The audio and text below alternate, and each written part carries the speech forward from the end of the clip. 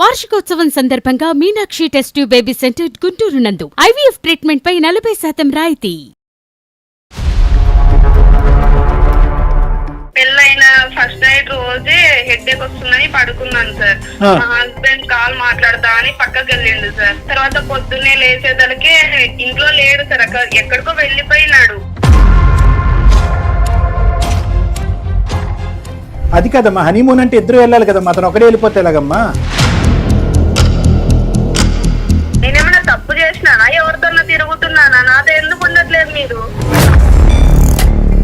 మరి ఎందుకు నువ్వు అట్లా ఉంటున్నావు ఇంట్లో? నేను ఎట్లా ఉంటున్నాను? మంచిలాగే ఉంటున్నాను కదా. మా అందులో ఈమెయిల్ ఏముందంటే పెళ్లి ఇక్కడ, మా హస్బెండ్ అవుట్ సోర్సింగ్ అండి అన్నట్టు పెట్టింది ఆవిడ.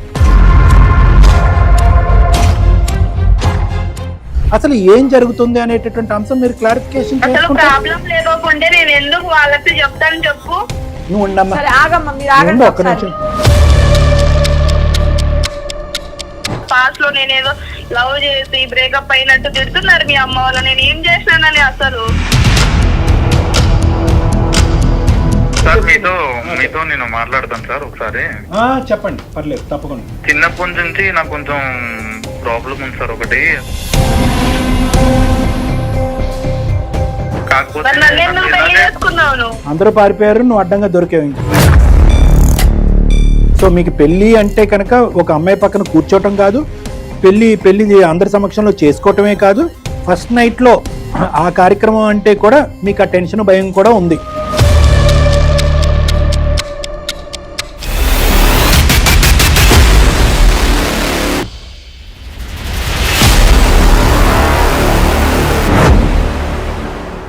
సుమన్ టీవీ అందమైన జీవితం కార్యక్రమానికి స్వాగతం. ప్రస్తుతం మనతో పాటున్నారు ప్రముఖ సైకియాట్రిస్ట్ డాక్టర్ కళ్యాణ్ చక్రవర్తి గారు. డాక్టర్ గారు నమస్తే అండి. నమస్తే మేడం. డాక్టర్ గారు, ఒక మెయిల్ అర్చన అనే అమ్మాయి చేసింది మనకు. అది అసలు నాకు విచిత్రంగా అనిపించింది. ఆ అమ్మాయికి కూడా ఏం జరిగిందో అర్థం కావట్లేదు. చాలా కన్ఫ్యూజన్ స్టేటస్ లో ఉంది అమ్మాయి కూడా. వింటే మీకు కూడా పూర్తిగా అర్థమవుతుంది అనుకుంటున్నాను. హలో హలో, అర్చన గారేనండి?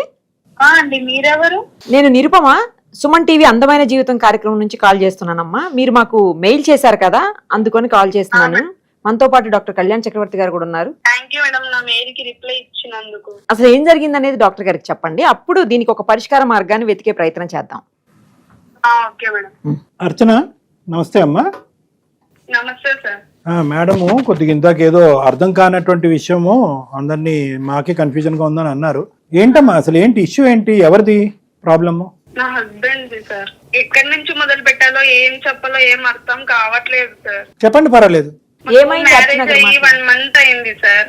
అసలు మా ఆయన నాతో మాట్లాడు, నేను ఏదో మంచోడులే, తాగడు, స్మోక్ చేయడు, మంచోడులే అనుకున్నాను. పెళ్ళైన ఫస్ట్ నైట్ రోజే హెడ్ఏక్ వస్తుందని పడుకున్నాను సార్. మా హస్బెండ్ కాల్ మాట్లాడతా అని పక్కకి వెళ్ళిండు సార్. తర్వాత పొద్దున్నే లేచేదలకే ఇంట్లో లేడు సార్, ఎక్కడికో వెళ్ళిపోయినాడు. జంపా? మా రిలేటివ్స్, మా అత్త, మామ అందరూ నన్ను తిడుతున్నారు సార్. నువ్వు వేస్ట్, అది ఇది ఏం చేసినావు మా ఇంటికి వచ్చి, నువ్వు కాళ్ళు పెట్టినప్పుడే మా కొడుకు ఇట్లా అయిపోయినాడు, నీ దరిద్రమే ఇది అది నన్ను అందరూ నా మీద. వాడు జంపు జిలాని అయితే నువ్వేం చేస్తావమ్మా? ఇప్పటికి కూడా రాలేదా? మేడం వచ్చాడా? ఇప్పుడు మీ ఇద్దరు కలిసే ఉన్నారమ్మా? సార్. పెళ్లి అయితే ఘనంగానే జరిగిందా? జరిగింది సార్. లవ్ మ్యారేజ్, అరేంజ్డ్ మ్యారేజా? Arrange marriage madam. Arranged marriage అయ్యింది. ఫస్ట్ నైట్ రోజు అయితే మాత్రం నువ్వేమొచ్చి అలిసిపోయి పడుకుని ఉన్నావు, అతనైతే కనుక కళ్ళు తెరిచి చూసేటప్పటికి ఫోన్ మాట్లాడుతూ మనిషి అక్కడి నుంచి గాయమైపోయాడు. ఎన్ని రోజుల తర్వాత వెనక్కి వచ్చాడు? 10 days తర్వాత వచ్చినాడు సార్. 10 days తర్వాత వచ్చాడు. ఇప్పుడు 20 రోజులు బట్టి మీ ఇద్దరు కలిసే ఉంటున్నారు. ఎక్కడికి వెళ్ళారంట? ఏం చేయడు సార్, వాళ్ళ ఫ్రెండ్ ఇంట్లో ఉన్నాడు సార్. అది కదమ్మా, హనీమూన్ అంటే ఇద్దరు వెళ్ళాలి కదమ్మా, అతను ఒకడే వెళ్ళిపోతే ఎలాగమ్మా? అంటే హనీమూన్ ఏం చేసుకోలేదు సార్. నైట్ మార్నింగ్ లేచి లోపు లేడు, ఇంట్లో లేడు, వాళ్ళ ఫ్రెండ్ ఇంట్లో పోయి స్టే చేసినాడు సార్. ఏం అడగలేదా మరి మీరు? ఎక్కడికి వెళ్ళావు ఏంటి, అట్లా నైట్ వెళ్ళిపోయావు, 10 రోజుల దాకా రాలేదని చెప్పి అడిగితే నా మీద నిందలేస్తున్నారు కదా మేడం ఇంట్లో వాళ్ళందరూ. నా కొడుకు ఇట్లా ఇంట్లో నుంచి పంపించేసినావు, ఏదో మాయ మాటలు చెప్తే నన్నే తిడుతున్నారు కదా మేడం. నేనేం మాట్లాడాలా? ఇన్ని సంవత్సరాలు బట్టి వాళ్ళు ఏం చెప్పండి. ఇప్పుడు నువ్వు ఒక రాత్రిపూట ఒక మాయమాట చెప్పేసి ఇంట్లోంచి పంపించేస్తావు. కొడుకుని అడగలేక నిన్ను అడగటమా? ఫోన్కి కూడా దొరకలేదా మరి ఈ 10 రోజులు బట్టి? లేదు సార్, వాళ్ళ ఫ్రెండ్ తీసుకొని వచ్చినాడు సార్ ఇంటికి. ఏమంటున్నాడు మరి? ఓకే, మీ అత్తమామలు అంతా నీ మీద దుమ్మెత్తి పోస్తున్నారు కానీ మరి నీకేం చెప్పాడు మీ ఆయన? ఎందుకు వెళ్ళిపోయాడంట? ఇష్టం లేని పిల్ల? తెలీదు సార్. అదేంటమ్మా తెలియకుండా ఎలా ఉంటుంది? మరి 20 రోజుల పాటు మీరు ఏం చేశారు? వచ్చి 20 రోజులు అయింది కదా, 20 రోజుల పాటు మీ ఇద్దరు కలిసి ఉన్నారు. ఏమైనా ఉందా అంటే రిలేషన్షిప్ ఏమైనా ఉందా? అది కూడా ఏం లేదా? అంటే ఎంగేజ్మెంట్ అయిన రోజు సార్ కలుద్దాము బయటికి వెళ్దాం దా అన్న కూడా వస్తలేడు సార్. అసలు ఎవరితోనూ మాట్లాడు, క్లోజ్ గా ఉన్నాడు, మంచిగా ఉన్నాడులే, అందరు అబ్బాయి లెక్క కాదులే అని అనుకున్నాను సార్. నువ్వేమన్నా అనుకో, కానీ నేను అనేది ఏంటంటే బేసిక్ కొద్దిగా ఉండాలి కదమ్మా. ఒక మగాడు మొగుడు పెళ్లి చేసుకుని ముందుకు వచ్చినప్పుడు భార్యను ఎలా చూసుకోవాలో రావాలి, ప్రేమ ఆప్యాయతలు ఎలా ఇవ్వాలో తెలియాలి, శారీరక పరమైనటువంటి అంశాల గురించి కొద్దిగా తెలిసి రావాలి. ఇవేమీ తెలియకుండా ఆ పెద్దలు మాత్రం ఇతను పెళ్లి ఎలా చేశారు దీన్ని బట్టి చూస్తే అతనికి పెళ్లి అనేటటువంటి వ్యవహారానికి అసలు మెంటల్ గా ప్రిపేర్డే కాదు అతను.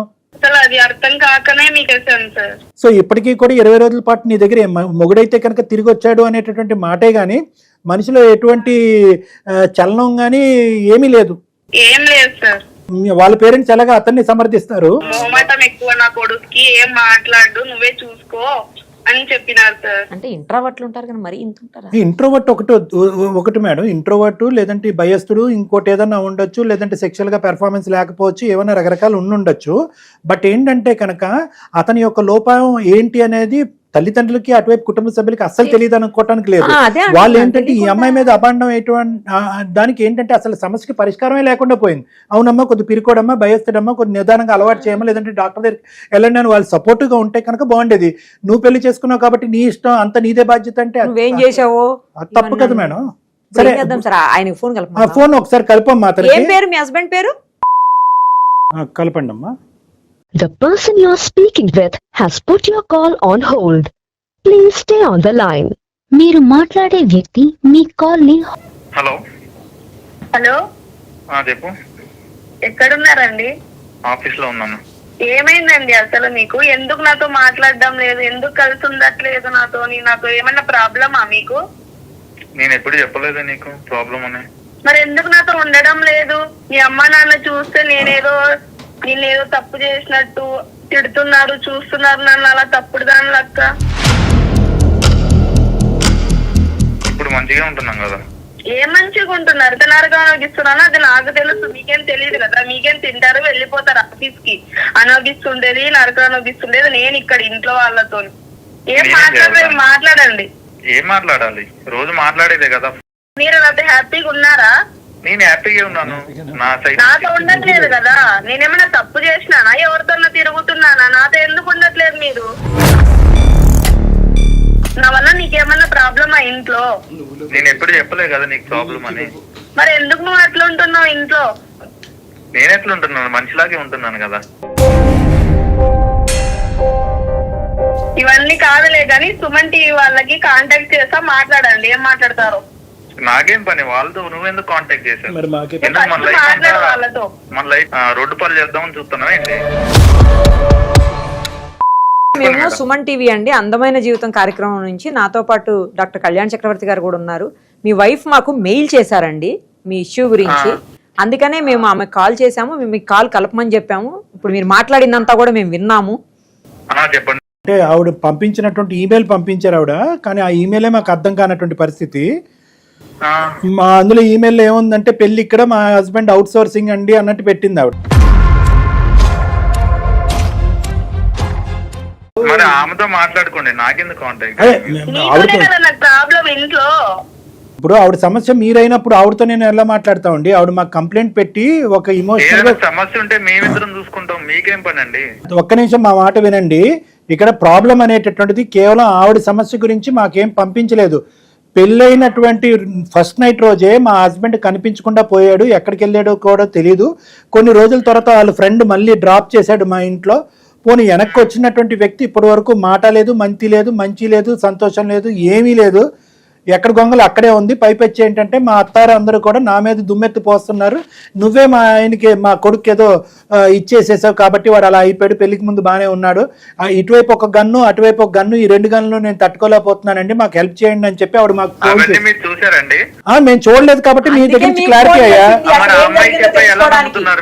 నేను అందుగురించి నిన్ను అడుగుతున్నా. చేసింది ఫోను ఏం జరిగింది తెలుసుకోవడానికి, మీ సైడ్ నుంచి మీ వెర్షన్ కూడా విందామనే కదా చేసాం, లేకపోతే డిసైడ్ చేసేసే వాళ్ళం కదా. దాన్ని డిసైడ్ చేయాలంటే ఇంకో విధంగా జరుగుతుండేదే కదా, నేను నిజం చెప్తున్నా కదా. నువ్వు నిజం చెప్తున్నావు, నువ్వు అనుకుంటే సరిపోదు కదా. ఎందుకు వెళ్ళిపోయారు, అసలు ఏంటి మీ ప్రాబ్లము, అన్ని రోజుల తర్వాత మళ్ళీ వచ్చి ఆమెతో సరిగా ఎందుకు ఉండట్లేదు, ఇవన్నీ చెప్పండి డాక్టర్ గారితో ఒకసారి మీరు. ఇక్కడ డైరెక్ట్ గా మేము ఏం కంక్లూజన్ కి రాలేదు. ఆ అమ్మాయికి ఒక క్లారిటీ ఇవ్వడానికి మీ ఇద్దరి మధ్యన మీకు న్యూసెన్సే కదా, ప్రతిరోజు మీరు ఇంటికి రావటం, ఆఫీస్ నుంచి రావటం, ఆ అమ్మాయి బాధగా ఉండటం, మీరు ఆ అమ్మాయితో మాట్లాడకపోవటం. పెళ్లి చేసుకున్న తర్వాత ఈ ప్రయాణం ముందుకు సాఫీగా ముందుకు జరగాలంటే ఏదో ఒకటి సపోర్ట్ రావాలి. మీ పేరెంట్స్ సపోర్ట్ రావట్లేదు, ఆ అమ్మాయి పేరెంట్స్ సపోర్ట్ రావట్లేదు. మేము ఆ అమ్మాయి మాట ఏం గుడ్డిగా నమ్మలేదు. మీ క్లారిటీ గురించి మీకు ఫోన్ చేసాము. అసలు ఏం జరుగుతుంది అనేటటువంటి అంశం మీరు క్లారిఫికేషన్ చేసుకుంటే. ప్రాబ్లం లేకపోతే నేను ఎందుకు వాళ్ళకి చెప్తాను చెప్పు. నువ్వు ఉండమ్మా, ప్రాబ్లం ఉందనే కదా చెప్తున్నా వాళ్ళకి. ప్రాబ్లం ఉందని నా వరకు ఎందుకు వచ్చారంటే నేను సైకాట్రిస్ట్ నాన్న, ఓకే, ప్లస్ ఏమన్నా రిలేషన్షిప్లో ఎటువంటి ప్రాబ్లమ్స్ ఉంటాయి కనుక అవి కూడా మనం సద్దుమనగా ఏ విధంగా కౌన్సిలింగ్ చేస్తాం. సో సరైనటువంటి చోటుకే వచ్చారు, వివరాలన్నీ గోప్యంగా ఉంచుతాం. దీనికి మించి మీకు ఏం కావాలి చెప్పండి, హ్యాపీగా చెప్పండి ప్రాబ్లం ఏంటో. అసలు ఇంట్లో వాళ్ళతో నేను నరకం అనుభవిస్తున్నా, నీకేమన్నా తెలుస్తుందా? మీ అమ్మ వాళ్ళు తిట్టడం, ఇటు మా వాళ్ళు తిట్టడము, నేనేదో తప్పు చేసిన పాస్ట్ లో నేనేదో లవ్ చేసి బ్రేకప్ అయినట్టు తిడుతున్నారు మీ అమ్మ వాళ్ళు. నేను ఏం చేసినానని అసలు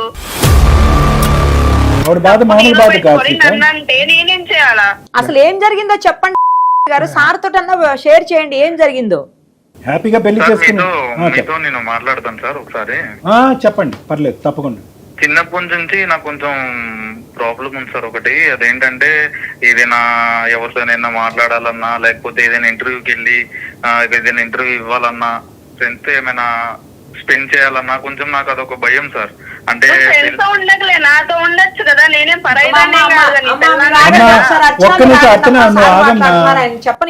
చెప్పనండి. పీతబాదులు పేతువి, సీతబాదులు సేతువి. పెళ్ళైన తర్వాత బాధ్యతలు అనేది మోయటం అనేది కూడా నాకు ఒక భయమే సార్. అదొక భయం సార్ నాకు. అది మా మమ్మీ వాళ్ళకి తెలుసు, చిన్నప్పటి నుంచి నాకు ఆ ప్రాబ్లం ఉందని వాళ్ళు వచ్చినాయి. కానీ ఈ ప్రాబ్లం ఉందని తెలిసి కొంతమంది వెళ్ళిపోయారు, చాలా మంది బ్యాక్ స్టెప్ వేశారు. కాకపోతే నువ్వు అదృష్టవంతురాలు. అదే కదా, అందరూ పారిపోయారు, నువ్వు అడ్డంగా దొరికావు. ఇంకా అంతకంటే ఏం చెప్తాం మనం. మా మమ్మీ వాళ్ళు ఆలోచించింది ఏంటంటే సార్, కనీసం మ్యారేజ్ ఒకవేళ ఈ అమ్మాయితో ఇచ్చి చేస్తే ఒకవేళ ఈ అమ్మాయి మన లైఫ్ ని మార్చేసిద్దేమో అనే. అమ్మాయి ఏమైనా సైకాట్రిస్ట్ మార్చేయడానికి ఆ అమ్మాయిని పావులాగా వాడుకున్నారు మీరు. సరే, నీ బాధే కాదనట్లేదు. నీకు భయము, అభద్రత, టెన్షను, ఎవరితో కలిసి కూర్చోవటం కూడా భయం వేసేటటువంటి నువ్వు భయాన్ని తీసి పెళ్లి చేయాలి. కానీ భయంతో పెళ్లి చేసేసి భయం ఆటోమేటిక్గా మటుమయం అయిపోతుంది, అమ్మాయి మంత్రం వేస్తుంది అంటే ఎలాగయ్యా? ఇప్పుడు ఇలా ప్రాబ్లం ఉందనుకోండి సార్, అలాంటి వాళ్ళని పెళ్లికి ముందే కౌన్సిలింగ్ చేసేసి సెట్ అయిపోతారా సార్? 1,000,000 మంది మేడం. ఇప్పుడు అవగాహన పెరిగింది, ఆలోచన పెరిగింది, చక్కటి కౌన్సిలింగ్లు ఉన్నాయి, చక్కటి మందులు ఉన్నాయి, ట్రీట్మెంట్లు ఉన్నాయి. 2-3 నెలల్లో మొత్తం అంతా మటుమయం చేస్తే కనుక హ్యాపీగా పెళ్లి చేసుకోవచ్చు, హ్యాపీగా ఉంటుంది. నేను హాస్పిటల్ కి వెళ్దామన్నా భయమే సార్. అంటే నా విషయం ఎక్కడ వాళ్ళకి తెలిసిపోయిద్దో, మళ్ళీ నా పరువు ఎక్కడ పోయిద్దో అనే భయం ఉన్నప్పుడు అమ్మ, నీ వీణావాదన ఆపమ్మ. ఒక 2 నిమిషాలు పుణ్యం ఉంటది. ఒక్క 2 నిమిషాలు ఆగు. నీ బాధ గురించి మాట్లాడుతున్నా, మీరు ఆగండి, మీకోసమే కదా ఇప్పుడు వరకు నీకు ఆ సమాధానాలు రాలేదు. 4 రోజులు బట్టి నువ్వు కాపురం చేసావు, మీ అత్తమామలు ఇంట్లో వాళ్ళతో మాటలు పడుతుండే నేను చెప్పారు కదా. ఒక నిమిషం ఆగండి, సొల్యూషన్ వస్తుంది కదా, ఆగండి. నో, ద థింగ్ ఈజ్ ఏంటమ్మా, ఒక 2 నిమిషాలు నువ్వు శాంతియుతంగా ఉండు. ఇప్పటి వరకు నీకు ఇవన్నీ చెప్పలేదు, మా దగ్గర చెప్తున్నాడు. నువ్వు గై అని మీదకి ఎక్కేస్తే కనుక ఇది కూడా చెప్పడు. అసలే అతనికి టెన్షన్, డిప్రెషన్ అని అన్నాడు, పారిపోతాడు ఫోన్ పెట్టేసి. కేల్కతం దుకాణం బంద్. నేను కొన్ని క్వశ్చన్స్ అడుగుతాను. నీకు హాస్పిటల్కి రావటం భయం, సైకాట్రిస్ట్ చూపెట్టుకోవడానికి భయం, మనుషుల మధ్యన ఉండటానికి భయం, ఎగ్జామ్స్ అంటే భయం ఉంటుందా? అవును సార్. 10 మంది మధ్య నువ్వు నిల్చుని మాట్లాడటానికి ఇష్టపడతారా, వినటానికి ఎక్కువ ఇష్టపడతారా? వినటానికి ఇష్టపడతారు. ఎప్పుడన్నా స్టేజ్ మీదకి వెళ్ళి పెర్ఫార్మెన్స్ కానీ, అంటే స్పీచ్ ఇవ్వటం కానీ, లేదంటే ఏదైనా డిబేట్ కానీ, డాన్స్ పెర్ఫార్మెన్స్, ఏదైనా సింగింగ్ కానీ అలాంటివి చేయడానికి ఇష్టపడతారా? అవి కూడా భయమేనా? అవి కూడా భయమే సార్. మరి ఆఫీస్లో టీం మీటింగ్లు జరుగుతూ ఉంటాయి. టీం మీటింగ్లో వీలైనంత వరకు అవాయిడ్ చేయడానికి ట్రై చేస్తారా, లేదంటే వెళ్ళిన బయటకు కామ్గా వింటాం కానీ బయటకు వచ్చేయటం కానీ ట్రై చేస్తారా? వినడం బయటకు వచ్చేయడమే సార్. ఈ ఇంటర్వ్యూస్ కానీ ఇలాంటి వాటికి వెళ్ళినప్పుడు, వైవాలు కానీ ఇంటర్వ్యూలకు కానీ వెళ్ళినప్పుడు చెమటలు పెట్టడం, చేతులు కాళ్ళు వనకటం, గుండెలో దడగా ఉండటం, గొంతు కారుకుపోవటం, వచ్చినటువంటి ఆలోచన, వచ్చిన సమాధానాలు మర్చిపోవటం ఇలాంటివి కూడా ఉంటాయా? ఉండే సార్.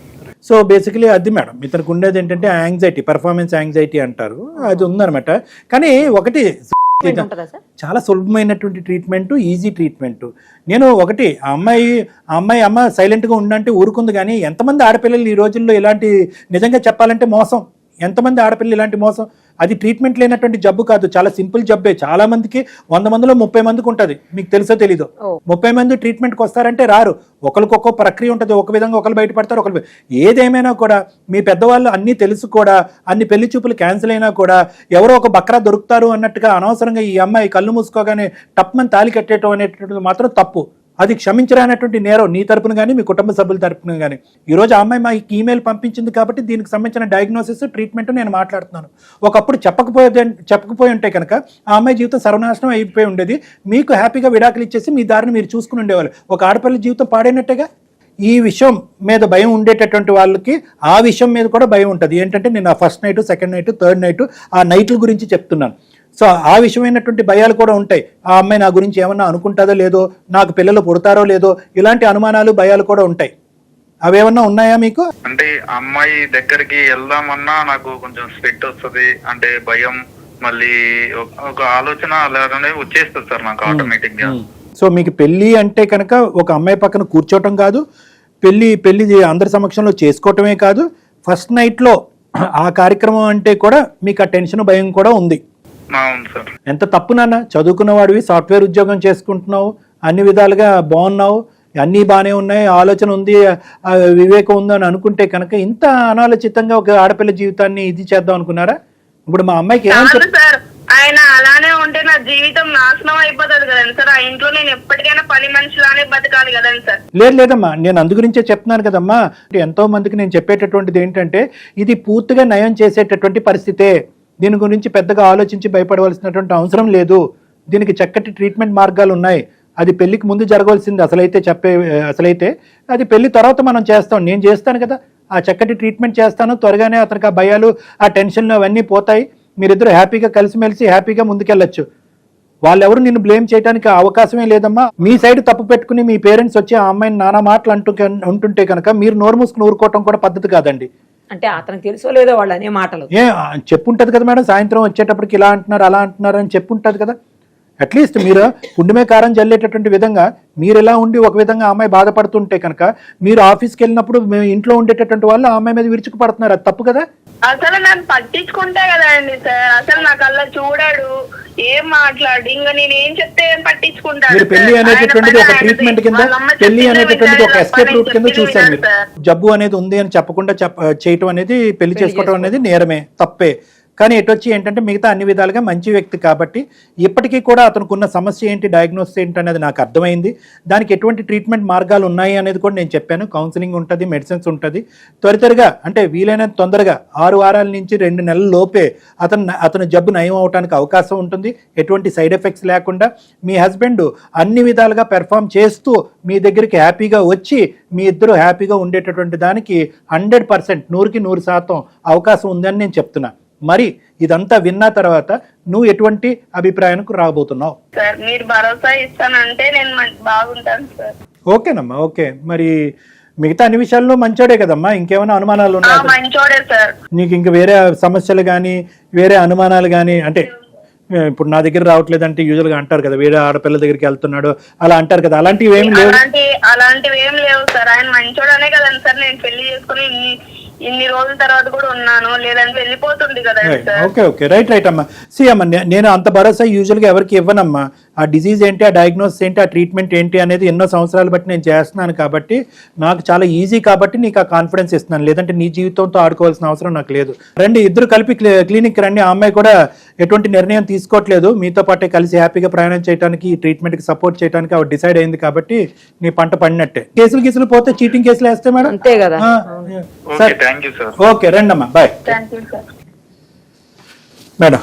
Right sir. అసలు ఆ అమ్మాయి పెట్టినప్పుడు నాకు ఏం అర్థం కాలేదు, ఏంట్రా బాబు ఇది అని చెప్పేసి. అందుగురించి చాలా సందర్భాల్లో నిరుపమ మేడం ప్రీమెరైటల్ కౌన్సిలింగ్ అంటారు. అదే అంటే సార్, ఇలాంటి ఈ మధ్యన తీసుకుంటున్నట్టున్నారు కదా సార్ చాలా మంది. చాలా నిజంగా మేడం అది చేయలేదు. ఇప్పుడు ఈ అబ్బాయికి అంత సులువైనటువంటి అంశాన్ని అనవసరంగా పెళ్లి చేసేసి కాంప్లికేట్ అయిపోయింది ఇప్పుడు. అమ్మాయి మంచిది కాబట్టి యూటర్న్ తిరిగి ఓకే సార్ ఐఎమ్ రెడీ అంది, లేదంటే నన్ను చీట్ చేసాక ఎట్లా వస్తానంటే అని కేసులు పెట్టేసి divorce కి వెళ్ళిపోతే అది issue నే కదా. ఏం చేయలేం. Right sir, thank you sir. Thank you madam.